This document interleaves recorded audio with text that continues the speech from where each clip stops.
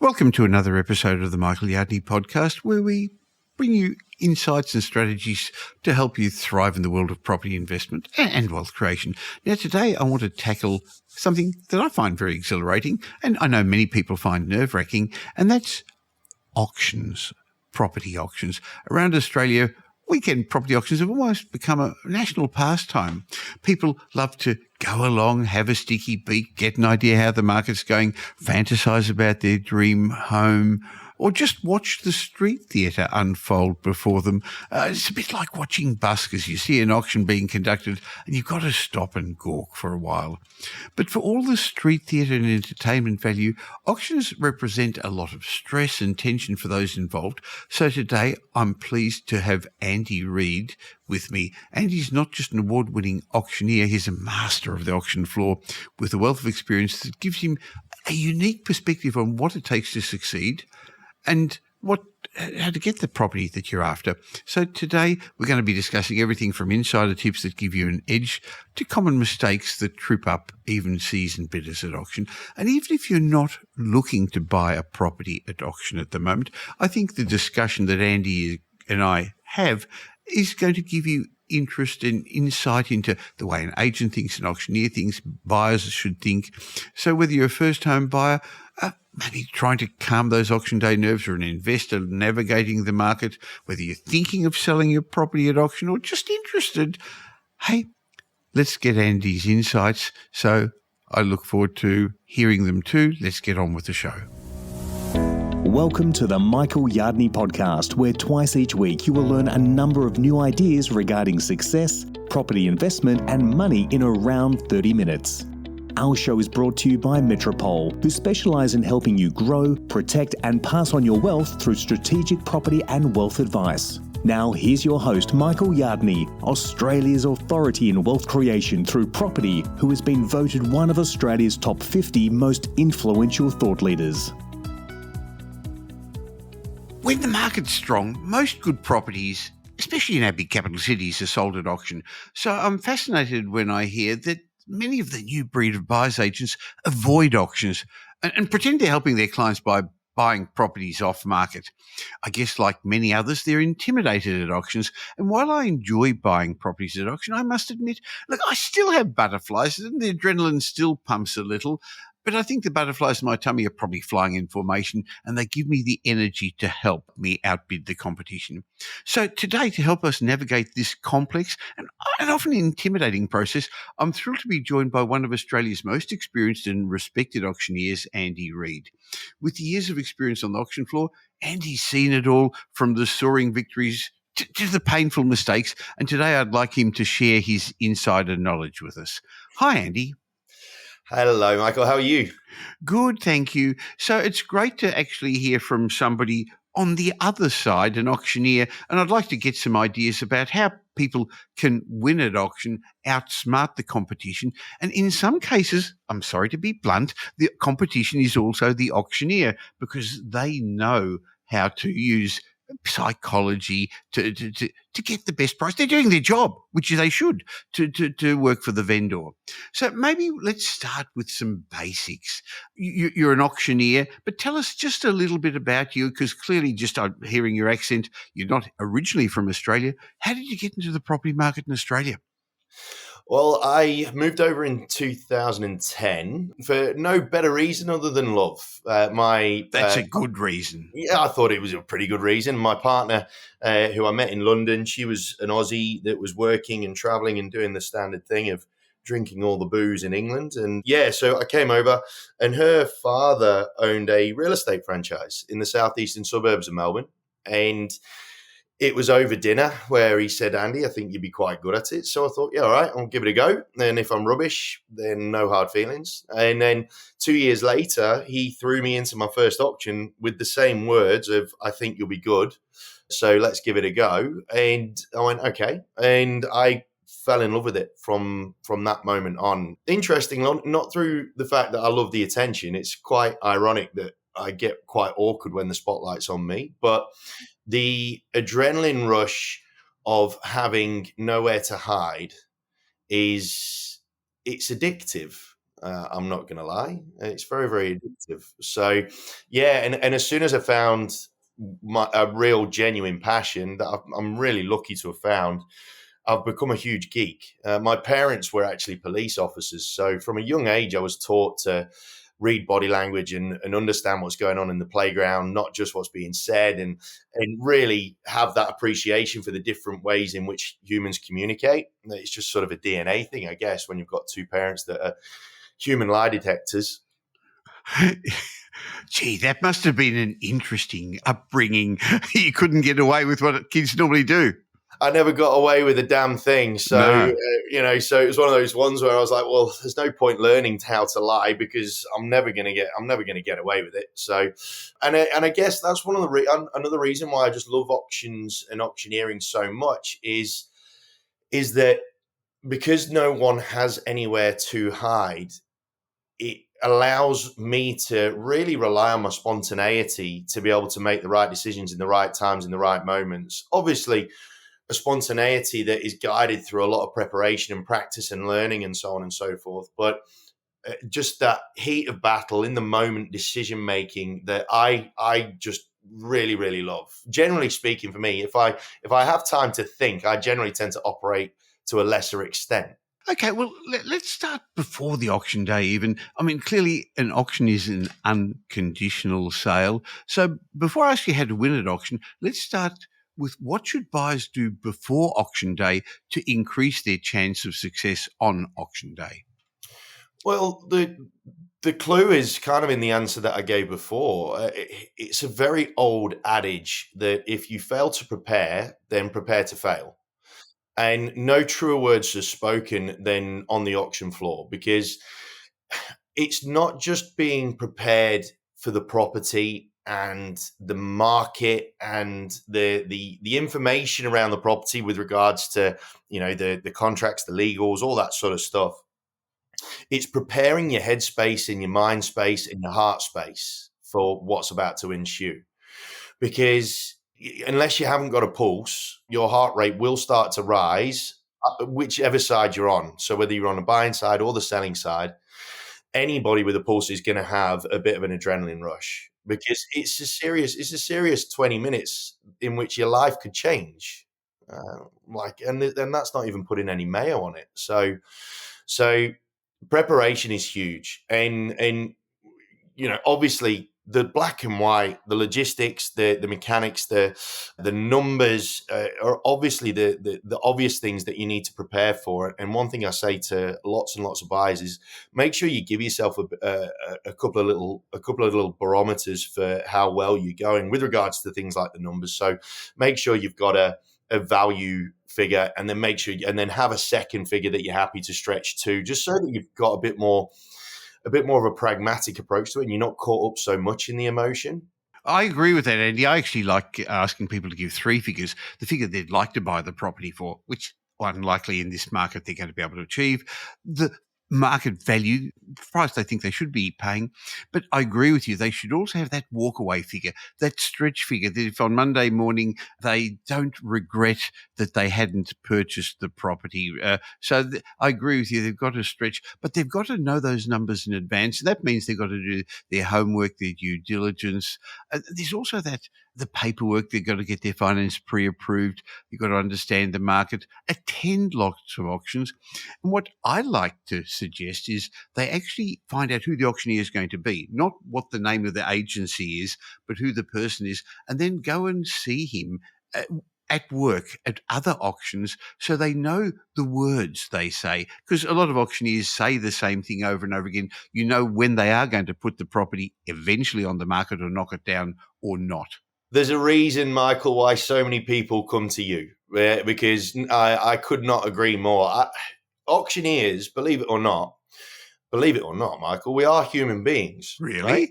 Yeah, we are. Believe it or not, we're not all flat. We're not all suits and cars and all the rest of it, right? And a nice big watch that we never look at. You're absolutely spot on. Because we are humans, kind of like a game of cards. We all have tells. We all have We all have standard patter. We all have standard, like you say, we say similar. We have like some of it, some of us refer to it as a bit of a repertoire or a bank of words and terms that we use depending on the situation that we're in. And they can, and those words, those phrases can absolutely let a buyer know exactly what's going through an auctioneer's head at that time. And we have certain patterns of play as well. I mean, because I'm a geek, I really do my best to mix my approaches up, and try and keep people guessing to a degree, because that's the next level that, from an auctioneer's point of view, if you want to become better than most, you need to have different plays, different gears, different strategies, so that you can keep buyers on their toes. Particularly, if I'm seeing more and more and more buyers that I've met on 2 or 3 other auctions, from however many years ago or whatever the case may be. And so you've got to keep refreshing your style, because what you said, Mike, we will have set plays that we'll use if we're struggling, if we are on the market but we haven't given the game away yet, or if we don't, or if we're miles away and we know we're shooting it, or we're shooting uphill. And as well as that, immersing yourself in the environment allows you to understand and get a sense of the feelings that you're going to get when the auction kicks off.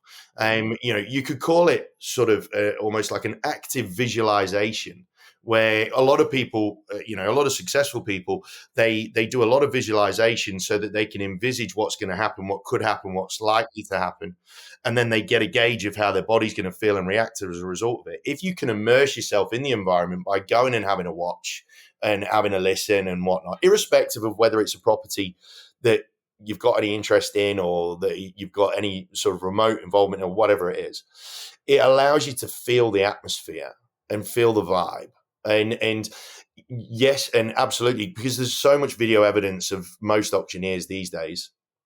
And ironically, most of them are only the successful ones, because no one posts any of the bad ones. Well, there is a big difference between auctioneers. I know there are some that I don't like going to auction at, even though we're friendly, because I know they know how to work the crowd. So, in fact, your competition isn't really the auctioneer. It's the underbidder or the other bidder. I know that despite having all the psychology behind it that I do, if somebody's got a bigger budget, if there's a rich dad going to look after his children, the bank of mum and dad, or if there's somebody who's emotionally involved, you can't always win at auction. But what are some of the strategies you would recommend to try and secure a good deal at an auction, especially in a competitive market at the moment? The first one is lean into the human part of the auctioneer. And what I mean by that is, if you are there on the day to have a crack, and hopefully you've already identified the auctioneer, but if you haven't, make sure that you identify him or her and go and say hello. Go and break bread, go and shake their hand and say hello and say, "Hey, you the auctioneer?" They'll say, "Yeah," and then you say, "Oh, yeah, oh, great. Hopefully, I might get it," and show them a little bit of willing. Now, that kind of goes against the grain of what a lot of people think, which is to keep your cards really close to your chest. But I'm not saying that you say to the auctioneer exactly what your budget is and what you're prepared to go up to. So keep your cards close to your chest, but be a decent person about it, because inherently, when the pressure's on, the auctioneers a lot of auctioneers, they will naturally gravitate towards the people that they have an affinity with, not trust or attachment, but any level of affinity, because we're humans. So that's the first thing that I would absolutely do. The next thing to understand is that the numbers are second to the psychology in many respects, unless you've just got someone that's just got more money. But having said that, though, I've seen plenty of buyers with lesser budgets that have managed to shake bigger players from the tree because of the confidence with which they are bidding. So I have this when I'm coaching auctioneers, I tell them that realistically there's three little knobs to your pressure cooker, right? Speed, tone, and volume. When it comes to the delivery of your bidding, and depending on which knobs you turn up and which knobs you turn down, will either turn the heat up on the auction or it will let the heat dissipate depending on how you rock and roll.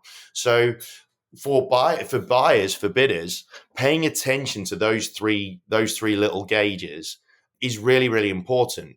A play that a lot of buyers miss is putting the pressure onto the other buyer by bidding quickly. I find that out of all those three gauges, bidding quickly is probably the most significant one, because what it does is it puts all of the attention and pressure on the underbidder to make a decision. And the longer that underbidder or your competing bidder takes to make a decision, the harder they're making it for themselves. And conversely, the more time that they are holding the higher bid for, the less pressure they feel, or the more that they're starting to think that they've got this thing won.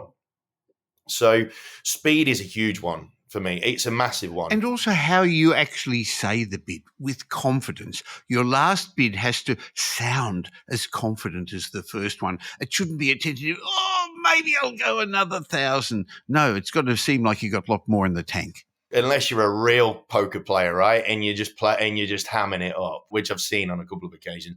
And they just go, for about 10 bids. So by the second time, you kind of worked it out. Well, I have as the auctioneer anyway. You're absolutely right. And it comes back to the very, very common understanding when it comes to the how we communicate, in that it's the 93% of how we communicate which is done through everything except what we say, right? So that confidence piece, it is an aura that you have about you. Much like if you go and introduce yourself to an auctioneer, if you go and introduce yourself, not with arrogance, but with a little bit of confidence. I mean, I love seeing buyer advocates at my auctions, because one, it means that I can have some fun on a professional level. You know, you get to have a bit of a go, which is fun. But as well as that, there's a mutual understanding as well. Look, I mean, you do get the occasional advocate, you get the occasional auctioneer that thinks they're written a bit, and you unfortunately need to wipe the floor with them. But for the most part, they just have a mutual understanding and respect that you're both here to get a job done. And you're going to shake hands and pat each other on the back afterwards, irrespective of the result. So for advocates, as long as they go into them with that respect, and then chances are you're going to be all right.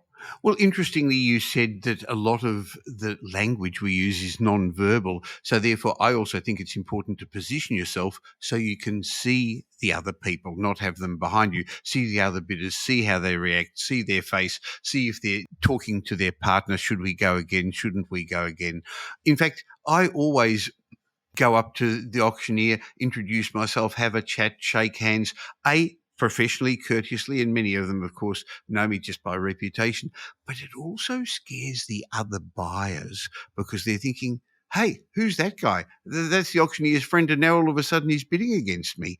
So it's playing the game, because the competition really is the other buyers. And I position myself usually at the front facing the crowd, and they think, who's that guy standing next to the auctioneer? I mean, looking at me.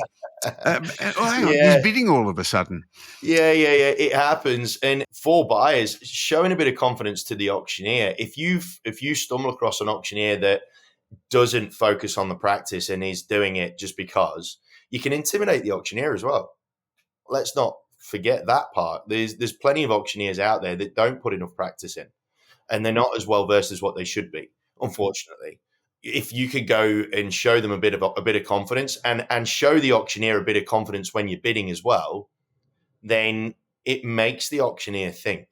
It really, really does. I've heard good auctioneers say, don't be scared by him, don't be intimidated by him, pointing to me, saying he's got a limit as well. And that's true, because we have, and we tend not to think as emotionally as our clients do. Again, it's just being in the right position, looking at the crowd, and also understanding the pace of the auction. That's something you said a moment ago, and I fully agree that you should respond quickly. But what's your feeling about maybe not accepting the increment that the auctioneer wants? Not right at the beginning. I think at the beginning, we all know where it's going to end up. So it's silly trying to start with very low bids and drag it all out. But near the end, maybe the auctioneer asks for 10 or 15, and you don't have to. offer that, do you? You can offer No. 5. No, you are within your rights to. And this is where when I'm having my conversations with vendors prior to, one of the common things that causes anxiety on both sides of the fence is the lack of perspective and understanding of what's going on the other side. So I say to vendors all the time, I say, look, there's naturally going to be a gap between what it is you want to achieve and what the buyers want to pay, because you naturally want as much as you can possibly get. And then when the shoe's on the other foot, buyers want to pay as little as possible. And neither of you are wrong in your position.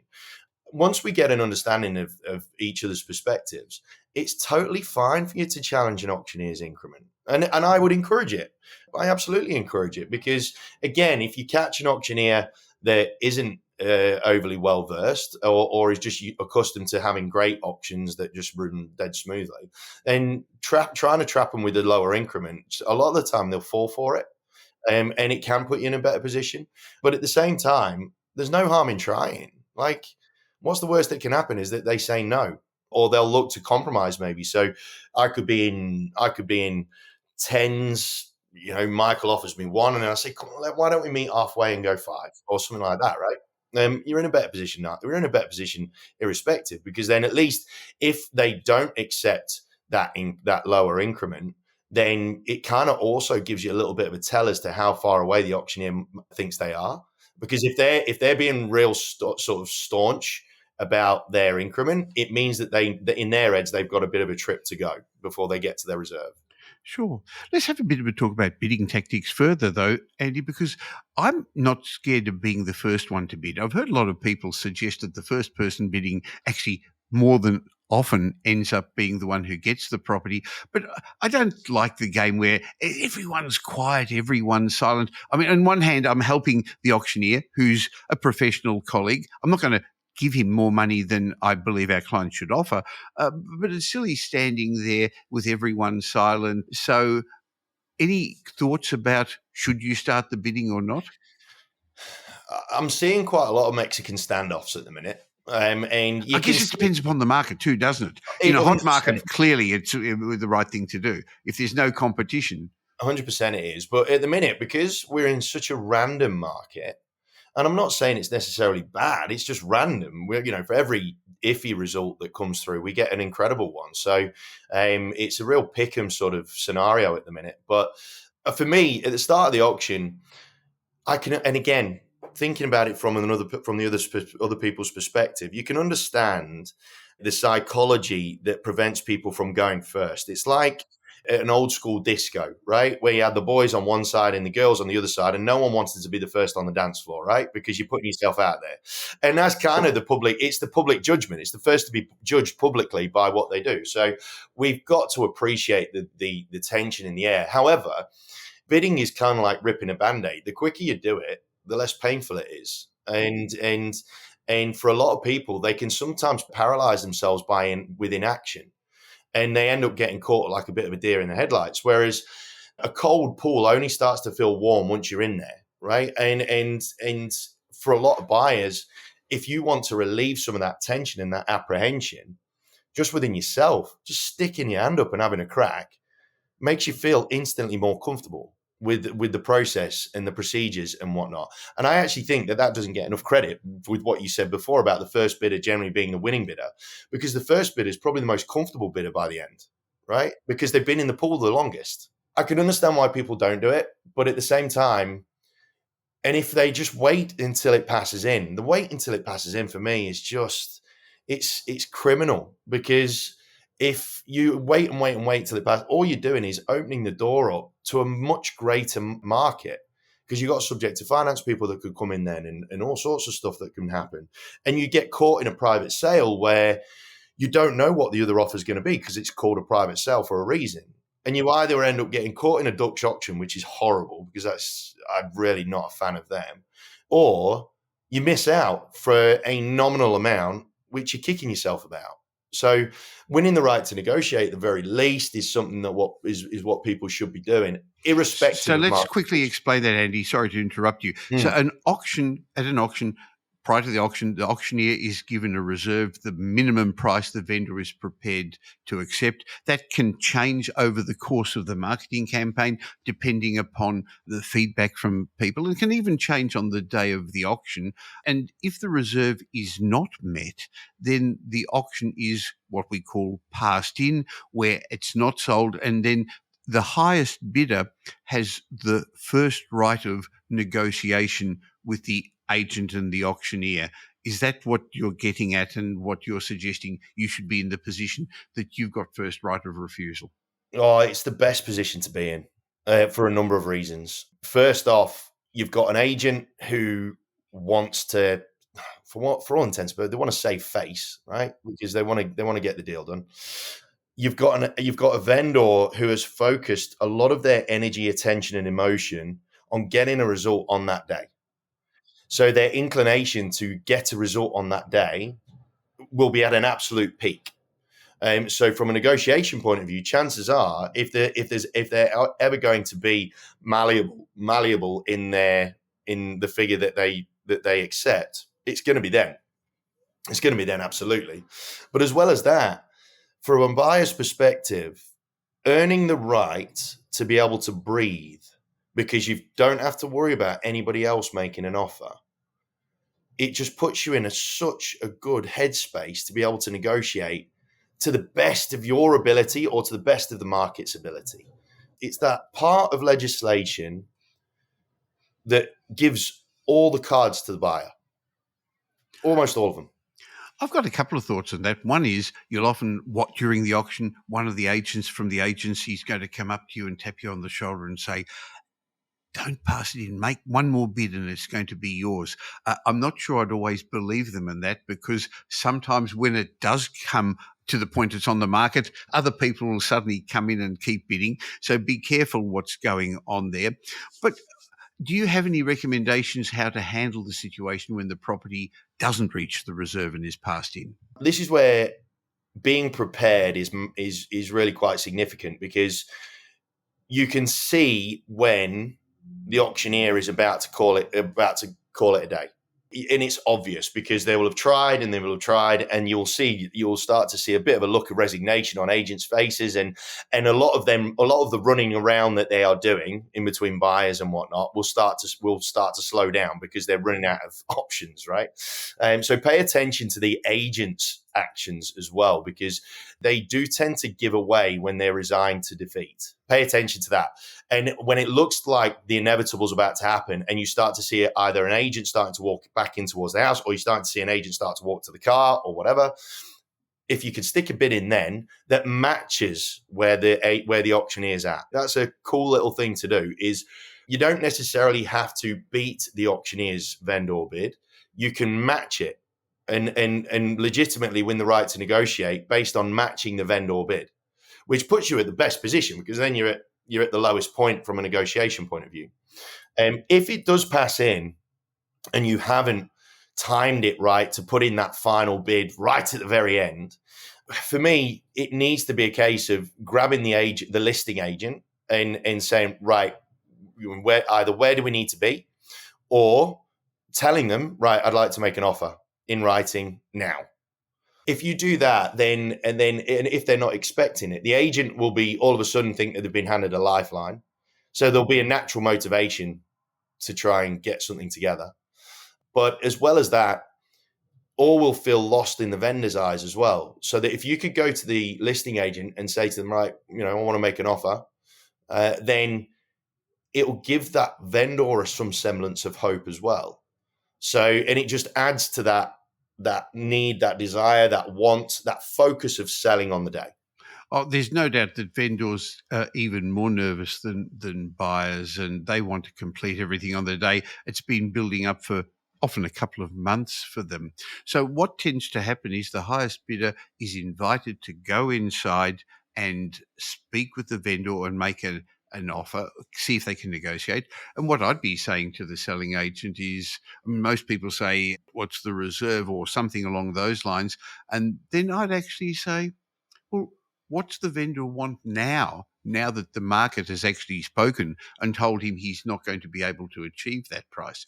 But one of the things I've sometimes do, Andy, a little bit cheekily, is I don't go inside. I say I'm happy to talk, but in fact, you don't sit in front of the vendor. The agent has the vendor in another room. It's not like you're sitting face to face, so there's no need to be inside. And again, on their turf, so controlling the auction a little bit myself, I'd stand outside for a couple of reasons. A little bit of negotiating power, but the other is to see who's hanging around. Because if there's two or three other underbidders who are genuine and hanging around, that means I've got to be a little bit firmer in making an offer and finalising the deal on the day. But if everyone goes and all the cars are gone, hey, I'm in a bit of negotiating position, and I can see that. I can't see that when I'm inside.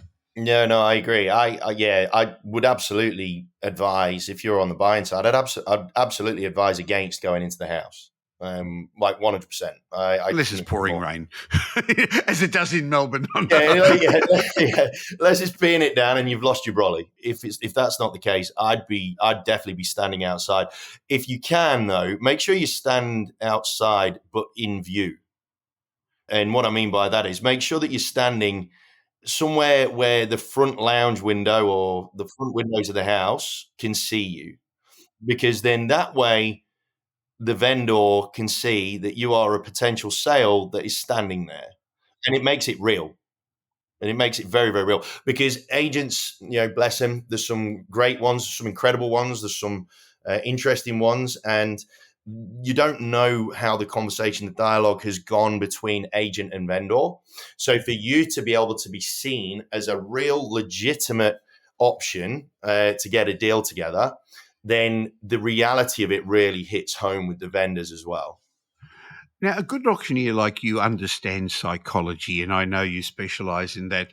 And there are a couple of biases that we have, and I know good auctioneers use cognitive bias, where people rely too much on maybe the first piece of information, anchoring in some ways. So auctions, maybe it's the opening bid, or maybe the auctioneer says something along the lines of, houses like this have sold for over $1 million over the last little while. Now, he's not lying. He's saying the truth, and it doesn't mean that this particular house is worth $1 million, but it actually is an unspoken expectation of where the price is. Similarly, if there's a high opening bid, it sometimes also distorts your perception of where the true value could be, Andy. Yeah, I agree. I concur. We've got to be careful, though, because and auctioneers have got to be careful, because if we start to experience much more of a declining market, then if you're not careful and you're anchoring and you say, for example, the one down the road sold for $1 million,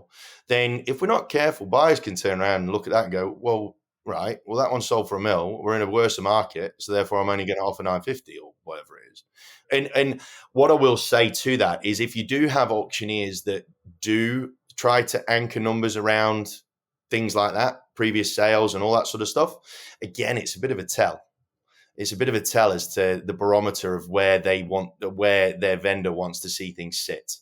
If they do say things like that, then if I was you, because I would absolutely have a bit of a pad and a pen with you as well, because it's always better to have your thoughts on paper than in your head. Just write it down. Write whatever numbers they're saying, just write them down. The significance of those numbers cannot be understated, whether they mean to be like that or not. Yeah.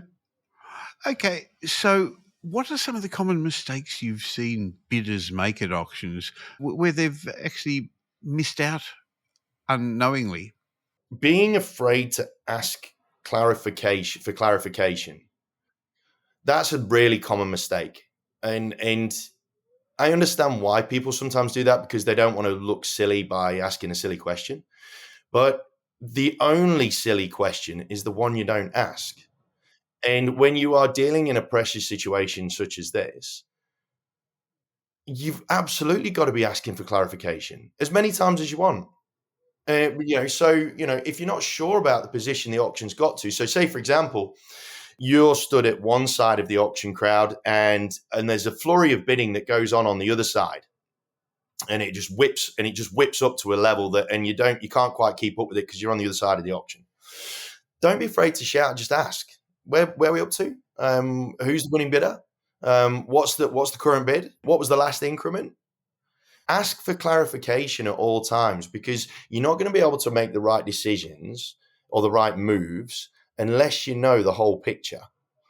So seeking for clarification is absolutely imperative. Now, the other thing, If I could interrupt for a sec, that also slows the pace of the auction. it does. It can really, if an auctioneer is in flow and you can sort of throw a little pebble on the track there and give it a little bump, then that's no bad thing for you. No bad thing at all. And as on that, if you are witnessing a bit of a flurry of bids, asking for clarification in the middle of that flurry is not a bad idea either. To be honest, it's actually a really good little stick in the spokes of your bicycle. So think about doing that as well. The other thing that it doesn't frustrate me, because again I can understand it, but the other thing that frustrates me is this inherent need to sort of out alpha the auctioneer, whether it's a guy or a girl. You don't have to bully anyone in order to do well. And I see it too often where they feel that they need to come in, like they're made out of Teflon. At the end of the day, we're all there to get a transaction done.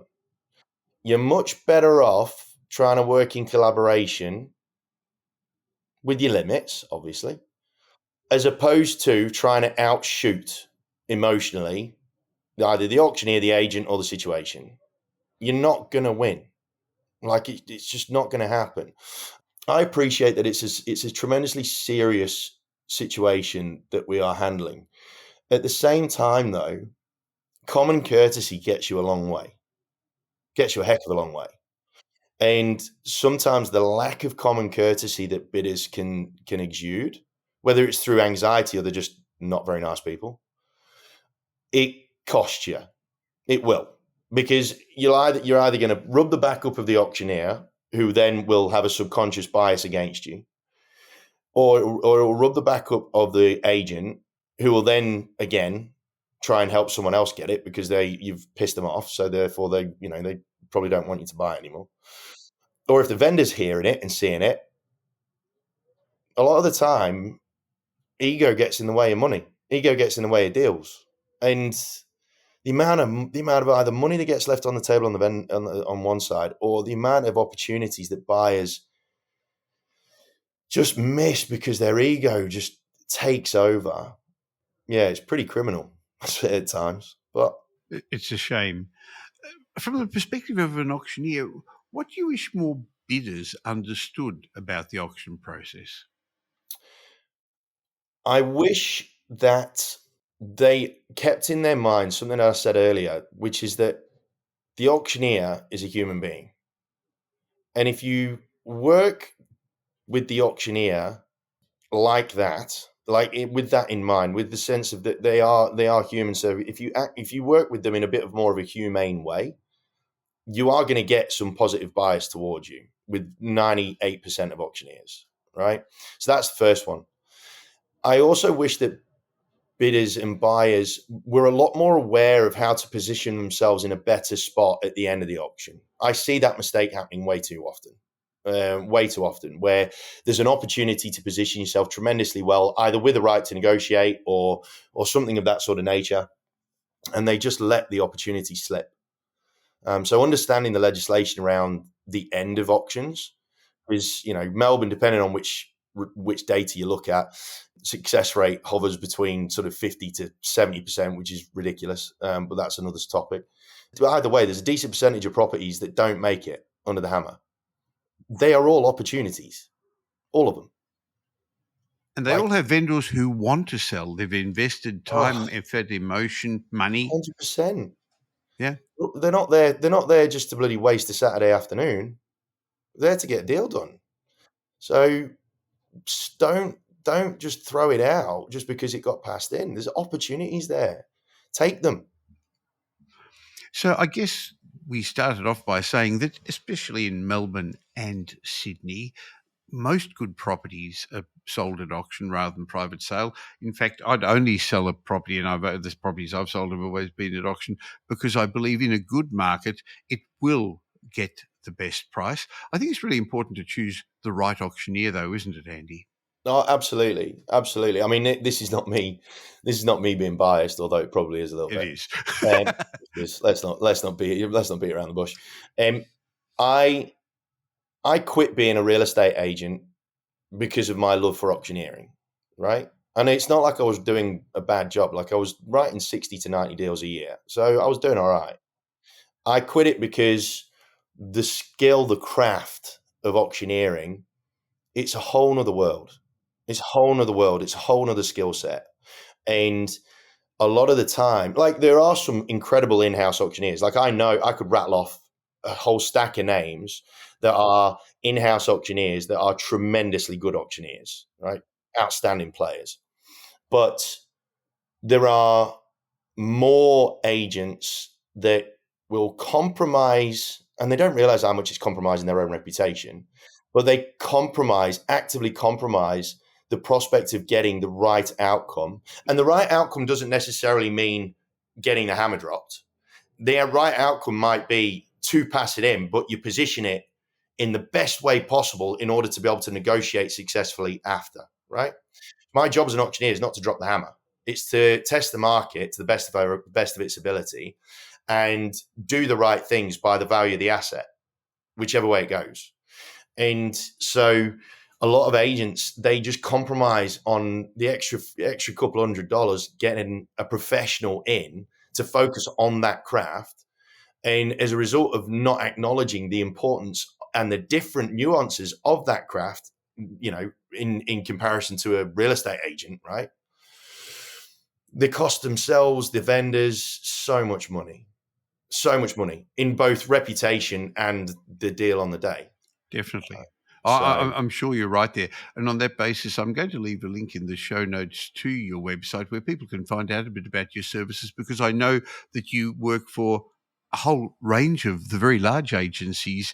I think an agent's got to pull their ego in a little bit and say, hey, I'm a really good salesperson, but there's somebody better at a different art than me. And auctioneering is a very different art. And you've also got a podcast that people can follow as well. But I know you're a coach to auctioneers as well, aren't you? Yeah, I am. I love it. I am. I'm a huge geek. I'm a massive, massive geek. And I love one of the things that I love about auctioneering is the fact that it allows you to be you amplified, right? That's the beauty of the craft, is that it's a purely individual craft. There are technicals and you know, legislative things that you need to abide by, but outside of that, you can do it however you want, and it's beautiful in that respect. And the platform to be able to connect with a whole stack of humans all at once, it's enriching. Very exhilarating. Oh, it is, man. It is. So, yeah. So I do coach auctioneers all over the country, actually. Yeah, and I do coaching with agents and whatnot as well. It's interesting, through Instagram. I've actually been having had buyers sort of find me and hit me up and ask me questions and things like that. So, you know, whichever part of the industry you're involved in, if you're a buyer, if you're a seller, or whatever, I'm a pretty open book. So fantastic. Well, I'll leave a link to your in the show notes to how they can contact you on social media. Thank you for giving us a peek behind the curtains of how an auctioneer thinks and what we can do to win at auction. Thanks, Andy Reid. Thank you so much for having me, Michael. It's an absolute privilege.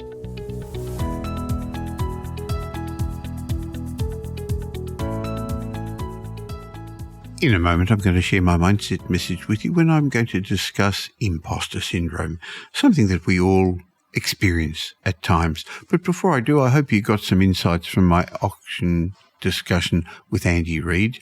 And if you enjoyed that, but don't currently subscribe to this show, just stop on whichever podcast app you're listening to this on, or on YouTube if you're watching the audio on YouTube, as a lot of people do, and just subscribe so twice a week you're going to get the insights from me and my expert guests. By the way, you probably know by now I have another podcast with Simon Kirstenmacher, Demographics Decoded, where once a week, every Wednesday, we unpack the insights that are going to give you a crystal ball of what's going to happen in the future, looking at demographics. That's really important for property investors, business people, and entrepreneurs to understand. So look for the Demographics Decoded podcast as well. I hope you got the idea when we were speaking with Andy a couple of minutes ago about how agents and auctioneers are trained negotiators to work for their clients, and they understand negotiating techniques and psychology. We only just touched on it, but that's one of the reasons I believe you need to level the playing field and use a team like my team at Metropole. Now, we're much more than just buyer's agents, so I believe a buyer's agent will help you at an auction. An experienced auction bidder can save you heaps of money. But in fact, we're much more than buyer's agents, as I always say. What we do is help you safely outperform the property markets by giving you a strategic plan to start with, a personalised investment plan using our deep market knowledge. But we provide an end-to-end service with a complete range of services, including finance, wealth advisory, property acquisition, property development, construction and property management. And we've got a track record that speaks for itself. Metropole clients consistently achieve exceptional results, and they build wealth securing their future using frameworks that I've fine-tuned over 5 decades. In fact, a recent audit of our clients showed that they were 7.3 times more likely to own 6 or more properties than the average Australian investor. So if you want to outperform the markets, have a chat with my team at Metropole, metropole.com.au. I'll leave a link in the show notes. Have an obligation-free wealth discovery chat with one of our wealth strategists. Now here's Michael's mindset message. Remember, a change in your thinking will lead to a change in your life.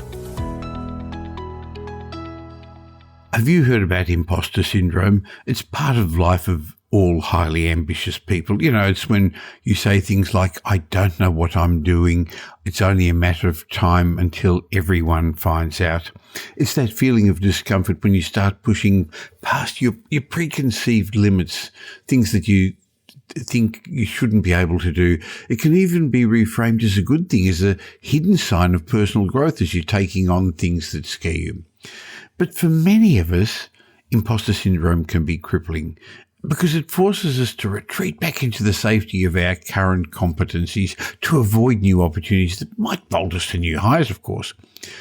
But the next time you feel imposter syndrome bubbling up, here's a simple trick to fight back. I call it the yet mindset. Next time you start feeling like you can't do something, add the word yet to the sentence. I'm not good enough becomes I'm not good enough yet. I don't know how to do it becomes I don't know how to do it yet. I'm not capable of that becomes I'm not capable of that yet. Yet becomes one word. It's a one-word reminder that you can achieve anything that you set your mind to. It's a reminder that you're dynamic and capable of so much more than you realize. It's the unlock for your growth mindset. So my message today in my mindset message for you is embrace the yet mindset and change your life.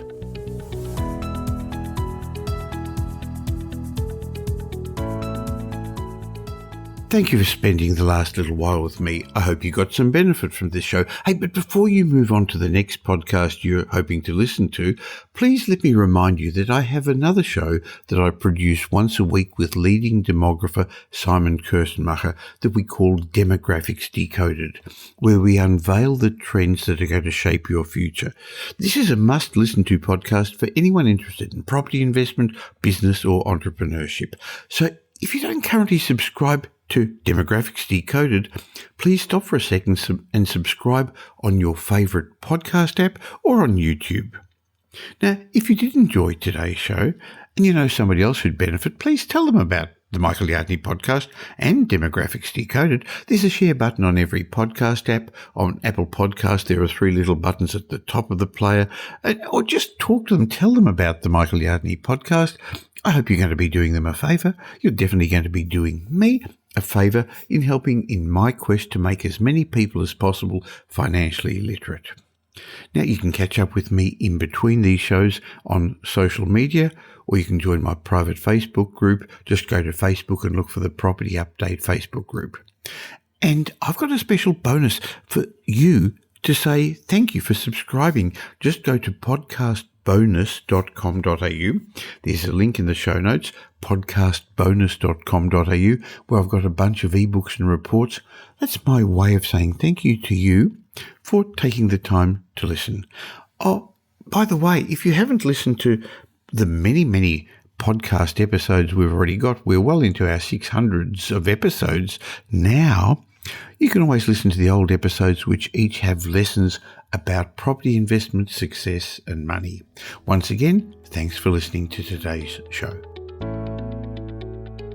Thanks for listening to this episode of the Michael Yardney podcast, which was brought to you by Metropole, who help their clients grow, protect and pass on their wealth through strategic property and wealth advice.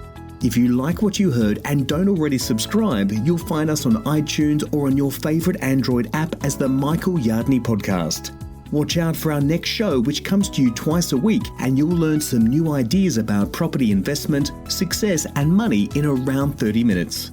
To get more of Michael's thoughts, go across to www.propertyupdate.com.au and sign up for his daily morning briefing, and you'll hear from not only Michael but a group of leading property success and money experts.